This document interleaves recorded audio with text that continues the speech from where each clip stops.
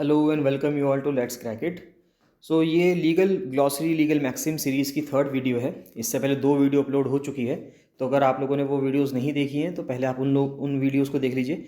ये बहुत इंपॉर्टेंट है, आने वाला जो एडवोकेट जनरल का पेपर है उसके लिए बहुत ही इंपॉर्टेंट है। प्रीलिम्स के लिए इसमें से 10 से 15 सवाल, कभी कभी 20 सवाल तक इसमें बन सकते हैं। बताना चाहूँगा कि अगर आपने यूट्यूब चैनल सब्सक्राइब नहीं किया है लेट्स क्रैकेट का, तो आप चैनल को सब्सक्राइब जरूर कर लीजिए। और जो लोग हमें यहाँ पे फॉलो करते हैं लेट्स क्रैकेट के चैनल पे, वो ज़रूर से ज़रूर टेलीग्राम चैनल ज़रूर ज्वाइन कर लें। टेलीग्राम चैनल ज्वाइन करना बहुत ज़रूरी है क्योंकि सारे अपडेट्स आपको वहाँ मिलेंगे। साथ ही साथ लोअर पीसीएस का मेंस का बैच चल रहा है, तो लोअर पीसीएस मेंस के लिए पूरी प्रिपरेशन करवाई जाएगी उसमें, तो आप उसमें ज्वाइन कर सकते हैं। ज्वाइन करने के लिए 7665804421 पर आप कॉल या व्हाट्सएप मैसेज कर सकते हैं, उसमें पूछ सकते हैं। पूरी प्रिपरेशन करवाई जाएगी, साथ में आंसर राइटिंग प्रैक्टिस भी हो रही है। तो आंसर राइटिंग प्रैक्टिस यानी कि जो जैसे सैटरडे संडे गया है अभी, तो सैटरडे संडे को बच्चों ने लेटर राइटिंग भी सीखी है उसमें और एस्से राइटिंग भी सीखी है। तो लेटर राइटिंग, एस्से राइटिंग और मतलब पूरी प्रिपरेशन इससे चल रही है, तो आप उसको ज्वाइन कर सकते हैं। चलिए इसमें आगे बढ़ते हैं। लास्ट हमने 80 तक सीख लिया था और ये आखिरी वीडियो है इस सीरीज़ की। इसमें 120 मोस्ट इंपॉर्टेंट लीगल मैक्सिम्स हैं, जिससे उम्मीद है कि आगे पेपर में सवाल बनेंगे। तो 81 से देखते हैं इसमें। तो 81 कह रहा है नॉली प्रोसिक्यूई, यानी कि एक फॉर्मल नोटिस है ऑफ अबेंडनमेंट। अबेंडनमेंट का मतलब होता है जब आप किसी को छोड़ देते हैं, खाली कर देते हैं किसी जगह को, उसको अबेंडनमेंट कहते हैं, है ना। A formal notice of abandonment by a plaintiff, यानी जो कंप्लेनेंट है, और prosecutor of an or part of a suit. यानी कि अगर आपने क्या करा, मान लेते हैं फॉर एग्जांपल, अगर ये एक फॉर्मल नोटिस है कि जब कोई पर्सन किसी केस को छोड़ दे रहा है, माने कोई कंप्लेनेंट है जिसने कंप्लेंट की थी और वो चाहता है कि अब मैं उस केस को छोड़ दूँ, उसको आगे कंटिन्यू ना करूँ, तो उसको बोलते हैं nolle prosequi. Next is novation. Novation है transaction in which a new contract is agreed by all parties to replace an existing contract. देखिए ये एक ऐसा ट्रांजैक्शन है जिसमें एक नया कॉन्ट्रैक्ट, ये कॉन्ट्रैक्ट है ना, यहाँ पे आर लगा दीजिएगा, एक नया कॉन्ट्रैक्ट है वो एग्री किया गया है सभी पार्टीज़ के द्वारा, जिससे कि जो पुराना कॉन्ट्रैक्ट है उसको ख़त्म कर दिया जाए, उसको नल एंड वॉइड कर दिया जाए, तो उसको हम बोलते हैं नोवेशन। नेक्स्ट इज नंग प्रो टंग, यानी कि ये है नाउ फॉर देन, यानी कि एक रूलिंग नंग प्रो टंग अप्लाइज रेट्रोएक्टिवली, है ना, to correct an earlier ruling. यानी कि पहले कोई रूलिंग दे दी गई है फॉर एग्जांपल, उस रूलिंग में यानी कि उस ऑर्डर में कुछ गलतियां थी, तो उस गलती को सुधारने के लिए एक नया रूलिंग जो दिया जाएगा उसको बोलेंगे nunc pro tunc. Next is non sequitur, ये है अ स्टेटमेंट, यानी कि कोई रेस्पॉन्स हो सकता है, that does not follow logically from और is not clearly related to anything previously said. यानी कि नॉन सिक्विटोर जो है, यानी कि आप कह सकते हो कि नॉन सीक्वेंस, यानी कि सीक्वेंस में नहीं है, यानी कि एक ऐसा स्टेटमेंट जो लॉजिकली फॉलो नहीं करता जो चीज़ पहले कही गई है उसके बाद। यानी कि दो अलग अलग बातें अगर एक साथ कर दी जाएँ तो इसका मतलब ये हुआ कि दो अलग अलग तरह की बातें कर दी जाएँ जिनका आपस में कोई तालमेल ना हो, उसको हम बोलेंगे non सिक्विटोर।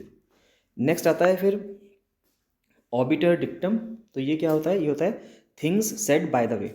It is generally use, कब यूज होता है ये, in law to refer to an opinion और non necessary remark made by जज। यानी कि अगर कोई जज कोई ओपिनियन दे दे, जज की कोई opinion as a human being, उसकी कोई ओपिनियन है तो उसने कोई अपनी ओपिनियन दी, या कोई नॉन नेसेसरी रिमार्क यानी कोई ऐसा रिमार्क दिया जिसकी इतनी ज़रूरत नहीं थी, तो it does not act as a president. तो ये प्रेसिडेंट की तरह काम नहीं करता, यानी कि मिसाल के रूप में काम नहीं करता। कोई वो जज का वो पर्सनल हो सकता है कि उसका कोई पर्सनल ओपिनियन हो, वो जजमेंट में हेल्प नहीं करेगा। नेक्स्ट इज ऑनस प्रोबेंडी, यानी कि बर्डन ऑफ प्रूफ। ऑनस प्रोबेंडी का मतलब ये है कि बर्डन ऑफ प्रूफ क्या है, यानी कि जो प्रूफ का बर्डन है वो किस पे होगा, यानी कौन लेके आएगा अपने केस को सॉल्व करवाने के लिए, प्रूफ कौन लेके आएगा, उस प्रूफ का बर्डन जो है वो किस पे है, उसको हम बोलते हैं ऑनस प्रोबेंडी। नेक्स्ट आता है पैक्टा संट सर्वेंडा। तो ये है एग्रीमेंट्स मस्ट बी केप्ट और एग्रीमेंट्स आर लीगली बाइंडिंग, यानी कि जो एग्रीमेंट्स हैं वो लीगली बाइंडिंग है। अगर कोई एग्रीमेंट होता है तो आपस में लीगली बाइंडिंग होगा, तो उसको बोलेंगे हम पैक्टा संट सर्वेंडा। नेक्स्ट इज पेरी पैसू, ये है विद एन इक्वल स्टेप, एक समान कदम के साथ अगर कोई चीज़ आगे बढ़ती है इसको बोलते हैं पेरी पैसू। नेक्स्ट इज पार्टिसेप्स क्रिमिनिस, यानी कि आप participator in the crime is a partner in crime. यानी कि अगर कोई पार्टिसिपेटर है एक्चुअल क्राइम में, एक्चुअल में अगर मतलब वो क्राइम में पार्टनर है, तो यानी कि वो खुद भी क्रिमिनल होगा, इसको हम बोलेंगे पार्टिसिप्स क्रिमिनिस। नेक्स्ट इज परक्यूरियम, यानी कि डिसीजन या ओपिनियन बाय द कोर्ट, यानी कोर्ट अगर कोई डिसीजन लेता है, ओपिनियन लेता है, उसको बोलेंगे परक्यूरियम। और पर से का मतलब होता है बाय इटसेल्फ, यानी कि अपने आप में, ठीक है।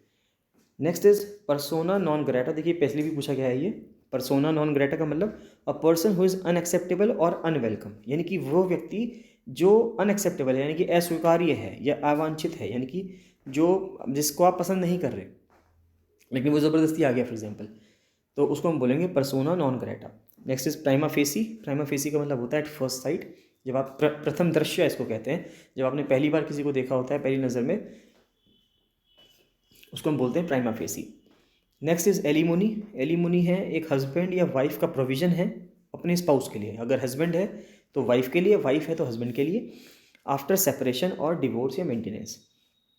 तो मान लेते हैं किसी का सेपरेशन हो गया, हस्बैंड वाइफ का सेपरेशन हो गया, उनका डिवोर्स हो गया या उनकी मेंटेनेंस, तो मतलब उनका डिवोर्स हो गया, तो डिवोर्स के बाद मैक्सिमम टाइम्स में क्या होता है कि हस्बैंड वाइफ को कुछ पैसे देता है मेंटेनेंस के लिए, कि उसकी वाइफ का जो खर्चा है वो खर्चा कैसे चलेगा। तो ये एक जो बर्डन है ये मेल के ऊपर रहता है कि डिवोर्स के बाद भी मेल को पैसे देने होते हैं फीमेल को, यानी कि वाइफ को पैसे देने पड़ेंगे जो कि उससे सेपरेट अब हो चुकी है।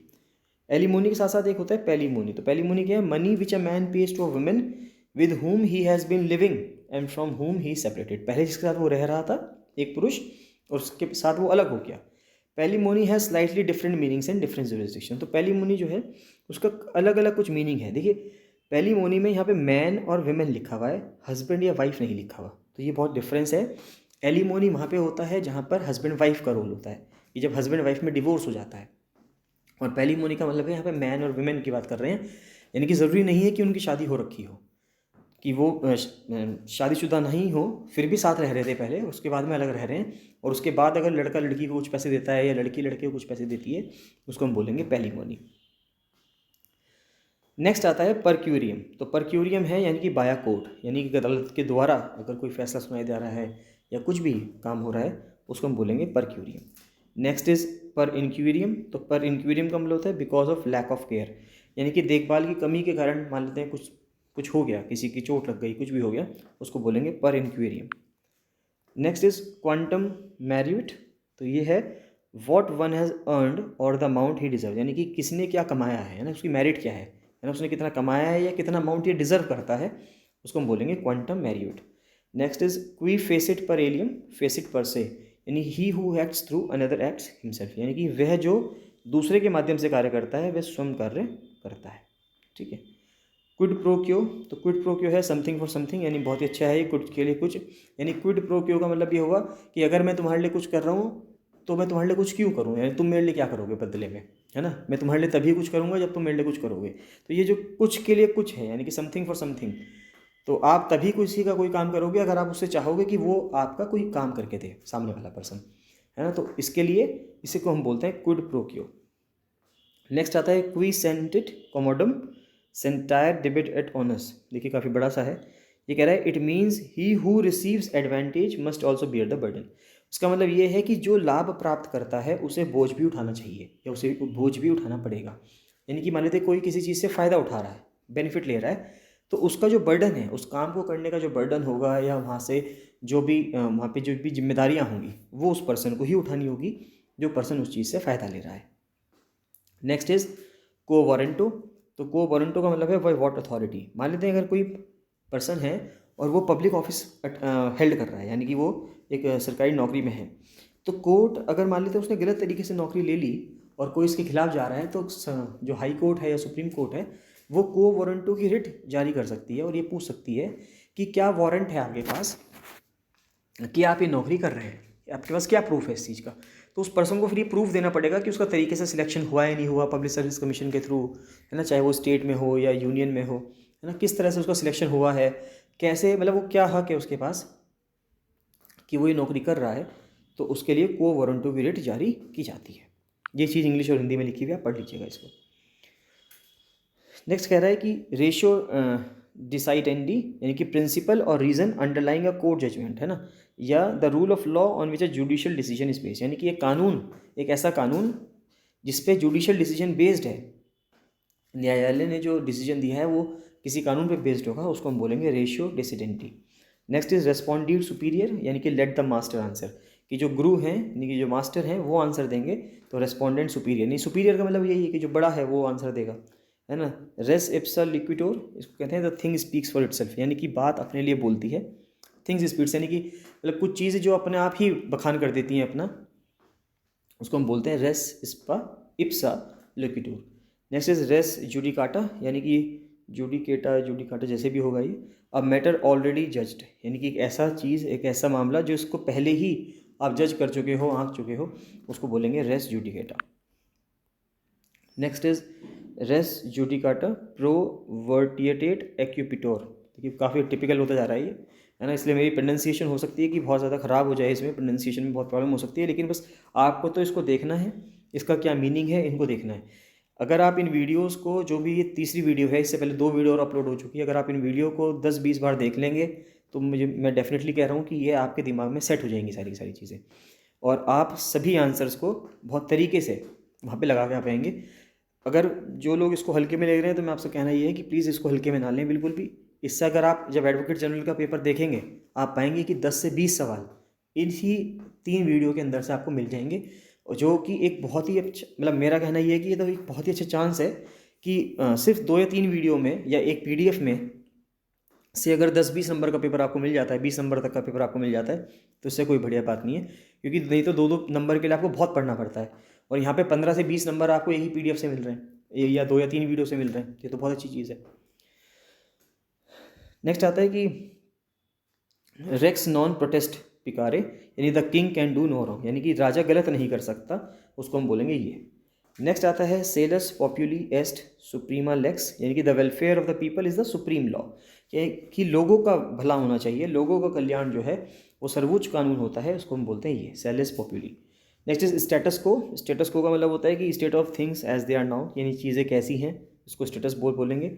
सीनेडाई का मतलब होता है विद नो डे इंडेफिनेटली, जैसे कि हम कहते हैं कि जो पार्लियामेंट है वो एडजर्न हो गई है सीनेडाई का मतलब है कि हमने डेट नहीं बताई और बिना डेट बताए उसको क्या कर दिया, उसको मतलब उसको बर्खास्त कर दिया एक तरीके से, है ना, अनिश्चित काल के लिए हमने उसको क्या कर दिया, बंद कर दिया। फॉर एग्जांपल जैसे लोकसभा है, अगर स्पीकर चाहें तो स्पीकर एडजर्न सीनेडाई कर सकते हैं, कि एडजर्न सीनेडाई का मतलब हुआ कि उन्होंने एडजर्न कर दी लोकसभा, कि अब लोकसभा में कोई सिटिंग नहीं होगी, कोई सेशन नहीं चलेगा, बिना डेट बताए कि अगली डेट कौन सी होगी जिस दिन लोकसभा वापस से व्यवस्थित होगी, वापस से उसमें सारे के सारे सांसद यानी कि जो MPs हैं वो आएंगे।